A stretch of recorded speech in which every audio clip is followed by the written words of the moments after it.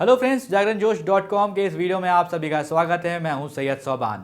आज के इस वीडियो में हम जानेंगे कि आज के करंट अफेयर से क्या कुछ सवाल बनाए जा सकते हैं, उनके सही जवाब क्या होंगे और साथ ही साथ उनसे रिलेटेड कुछ की फैक्ट्स के बारे में भी बात करेंगे। साथ ही साथ इस वीडियो के एंड में आपको एक सवाल देंगे जिसका जवाब आपको हमें कमेंट बॉक्स में लिख कर देना होगा। तो चलिए शुरू करते हैं पहले सवाल के साथ। हाल ही में भारत रत्न से सम्मानित किस पूर्व राष्ट्रपति का 84 साल की उम्र में निधन हो गया है? इसका सही जवाब है, आप सभी जानते ही होंगे दोस्तों, प्रणब मुखर्जी हमारे बीच नहीं रहे। यहाँ पर दोस्तों आपको बता दें कि देश के सर्वोच्च नागरिक पुरस्कार जिसे भारत रत्न कहा जाता है उससे सम्मान किया जा चुका है पूर्व राष्ट्रपति प्रणब मुखर्जी को, और 31 अगस्त 2020 के दिन उन्होंने आर्मी आरआर यानी कि रिसर्च एंड रेफरल अस्पताल में उन्होंने आखिरी सांस ली। प्रणब मुखर्जी 2012 से 2017 तक देश के 13वें राष्ट्रपति रहे थे। साल 2019 में उन्हें भारत रत्न से भी सम्मानित किया गया था। कांग्रेस पार्टी में रहते हुए उन्होंने विदेश से लेकर रक्षा, वित्त और वाणिज्य मंत्री तक की भूमिका निभाई थी। प्रणब मुखर्जी ने 1969 में कांग्रेस के जरिए सियासत की दुनिया में कदम रखा था। अब बढ़ते हैं दोस्तों अपने अगले सवाल की तरफ। नागरिक उड्डयन महानिदेशालय ने अंतर्राष्ट्रीय उड़ानों पर लगे प्रतिबंध को कब तक के लिए बढ़ा दिया है? इसका सही जवाब है ऑप्शन डी, 30 सितंबर। यहाँ पर दोस्तों आपको बता दें कि नागरिक विमानन महानिदेशालय DGCA ने 31 अगस्त 2020 को कहा कि सभी निर्धारित अंतर्राष्ट्रीय यात्री उड़ानें 30 सितंबर 2020 तक निलंबित रहेंगी।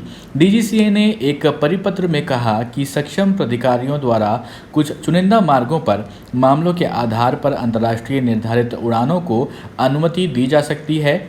मालूम होता है, यहाँ पर आपको बता दें कि अंतर्राष्ट्रीय उड़ानों पर 23 मार्च से प्रतिबंध लगा हुआ है, क्योंकि कोविड-19 की वजह से लॉकडाउन हुआ और जो यात्राएं थी उनको जो है जो अलग यात्राएं थी यानी कि जो डोमेस्टिक फ्लाइट्स थी उनको तो बीच में चला दिया गया था, लेकिन इंटरनेशनल फ्लाइट्स की यहाँ पर बात कर रहे हैं उन पर जो है प्रतिबंध अभी भी लगा हुआ है और ये 30 सितंबर तक लगा रहेगा। विदेश मंत्रालय ने बताया कि कोरोना वायरस महामारी के मद्देनजर सरकार द्वारा 7 मई को वंदे भारत मिशन की शुरुआत करने के बाद से अब तक लगभग 12 लाख से अधिक भारतीयों को स्वदेश लाया जा चुका है।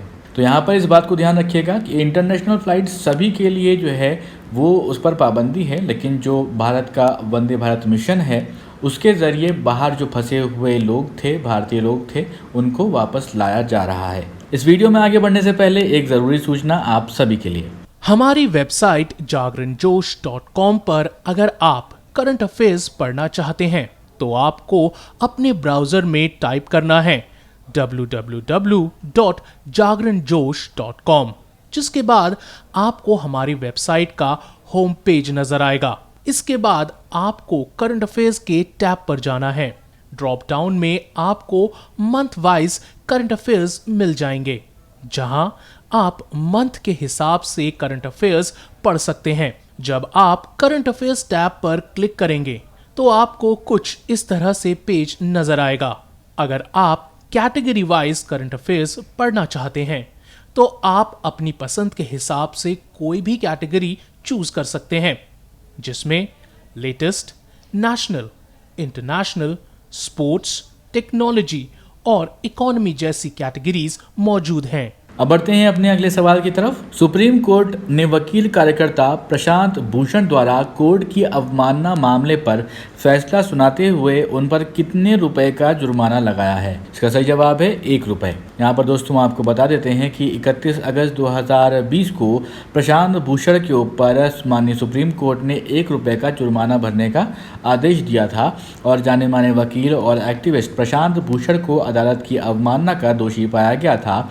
प्रशांत भूषण को जुर्माने की रकम जमा करने के लिए 15 सितंबर तक का समय दिया गया था। उन्हें जुर्माना नहीं भरने पर 3 साल की जेल की सजा और या फिर 3 साल तक वकील के तौर पर काम नहीं करने की सजा दी जा सकती है। अब बढ़ते हैं अपने अगले सवाल की तरफ। हाल ही में किस पूर्व सांसद को जननायक जनता पार्टी का राष्ट्रीय अध्यक्ष नियुक्त किया गया है? इसका सही जवाब है ऑप्शन बी, अजय सिंह चौटाला। यहाँ पर दोस्तों आपको बता देते हैं कि पूर्व सांसद अजय सिंह चौटाला को जननायक जनता पार्टी का राष्ट्रीय अध्यक्ष नियुक्त किया गया है और चौटाला को अध्यक्ष बनाने का फैसला पंचकुला में हुई पार्टी की राष्ट्रीय कार्यकारिणी की बैठक में लिया गया था। अजय चौटाला पूर्व उप प्रधानमंत्री दिवंगत देवीलाल के पोते हैं और जजपा के सह संस्थापक भी हैं। पार्टी की स्थापना दिसंबर 2018 में की गई थी। इस बैठक में अजय चौटाला के बेटे और हरियाणा के उप मुख्यमंत्री जो दुष्यंत चौटाला हैं और जजपा की हरियाणा इकाई के प्रदेश अध्यक्ष निशान सिंह जो हैं वो भी मौजूद रहे थे। अब बढ़ते हैं अपने अगले सवाल की तरफ। सवाल है कि लेबनान में प्रमुख राजनीतिक दलों के समर्थन के बाद किसे प्रधानमंत्री के पद हेतु नामित किया गया है? तो इसका जो सही जवाब है वो है मुस्तफ़ा अदीब, ऑप्शन सी। यहाँ पर दोस्तों आपको बता देते हैं कि लेबनान में सोमवार को जो है प्रमुख राजनीतिक दलों के समर्थन के बाद देश के जर्मनी में राजदूत मुस्तफ़ा अदीब को नया प्रधानमंत्री नामित किया गया। वे लेबनान में एक नई सरकार बनाने के लिए पहल करेंगे। लेबनान के राष्ट्रपति ने मुस्तफ़ा अदीब से 128 सदस्यीय संसद में 90 वोट हासिल करने के बाद नई सरकार बनाने के लिए कहा है। लेबनान की राजनीतिक और संप्रदाय व्यवस्था के तहत केवल एक सुन्नी मुसलमान ही प्रधानमंत्री का पद संभाल सकता है। अब बढ़ते हैं अपने अगले सवाल की तरफ। ऑनलाइन शतरंज ओलंपियाड यानी कि ऑनलाइन चेस ओलंपियाड 2020 में निम्न में से किसे विजेता घोषित किया गया? यहाँ पर आपको बता दें इसका सही जवाब है भारत एवं रूस, ऑप्शन ए। दोस्तों आपको बता दें कि भारत ने 30 अगस्त 2020 को पहली बार शतरंज ओलंपियाड जीतकर इतिहास रच दिया है। भारत को ऑनलाइन शतरंज ओलंपियाड के फाइनल मुकाबले में रूस के साथ संयुक्त विजेता घोषित किया गया है। भारत ने पहली बार इस ओलंपियाड में स्वर्ण पदक जीता है, जबकि रूस ने इसे 24 बार यानी कि 18 बार सोवियत संघ जब था तब उसने जीता था और टोटल मिलाकर अगर देखा जाए तो 24 बार जीता है। और अंतर्राष्ट्रीय शतरंज महासंघ ने जो है फिडे ने कोरोना महामारी को देखते हुए पहली बार ऑनलाइन चेस ओलंपियाड करवाया था। और यहाँ पर आपको ये जानकारी दे दें कि ये काफ़ी रोचक मुकाबला रहा था। भारत की तरफ से इंटरनेट कनेक्शन बताया गया था कि लॉस्ट हुआ था, लेकिन ये भारत की गलती नहीं थी।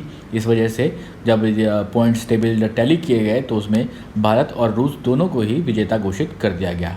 तो अब बढ़ते हैं दोस्तों उस सवाल की तरफ जिसका जवाब हमने आपसे पिछली वीडियो में पूछा था और आप में से बहुत सारे दोस्तों ने इसका सही जवाब दिया है और इसका सही जवाब है भारत। तो यहाँ पर दोस्तों आपको बता देते हैं कि भारत ने रूस में अगले महीने होने जा रहे साझा सैन्य अभ्यास जिसका नाम है क्या कवकाज 2020, इससे जो है खुद को अलग कर लिया है।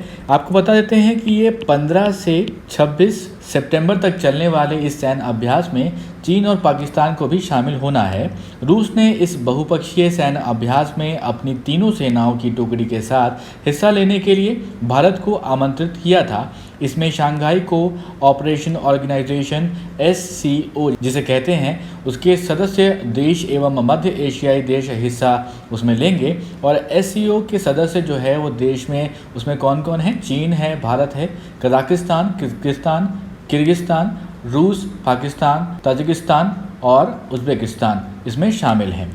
अब दोस्तों एक सवाल आपके लिए जिसका जवाब आपको हमें कमेंट बॉक्स में लिखकर देना है। निम्न में से किस राज्य में 1500 करोड़ रुपए की लागत से विश्व के सबसे बड़े टॉय म्यूजियम बनाने की घोषणा की गई है? आपके ऑप्शंस हैं पंजाब, दिल्ली, गुजरात, राजस्थान। आप अपने जवाब हमें कमेंट बॉक्स में लिख कर दीजिए। अगर ये वीडियो आपको पसंद आया हो तो इस वीडियो को लाइक करें, इस वीडियो को शेयर करें अपने दोस्तों के साथ और सब्सक्राइब करें जागरणजोश.com।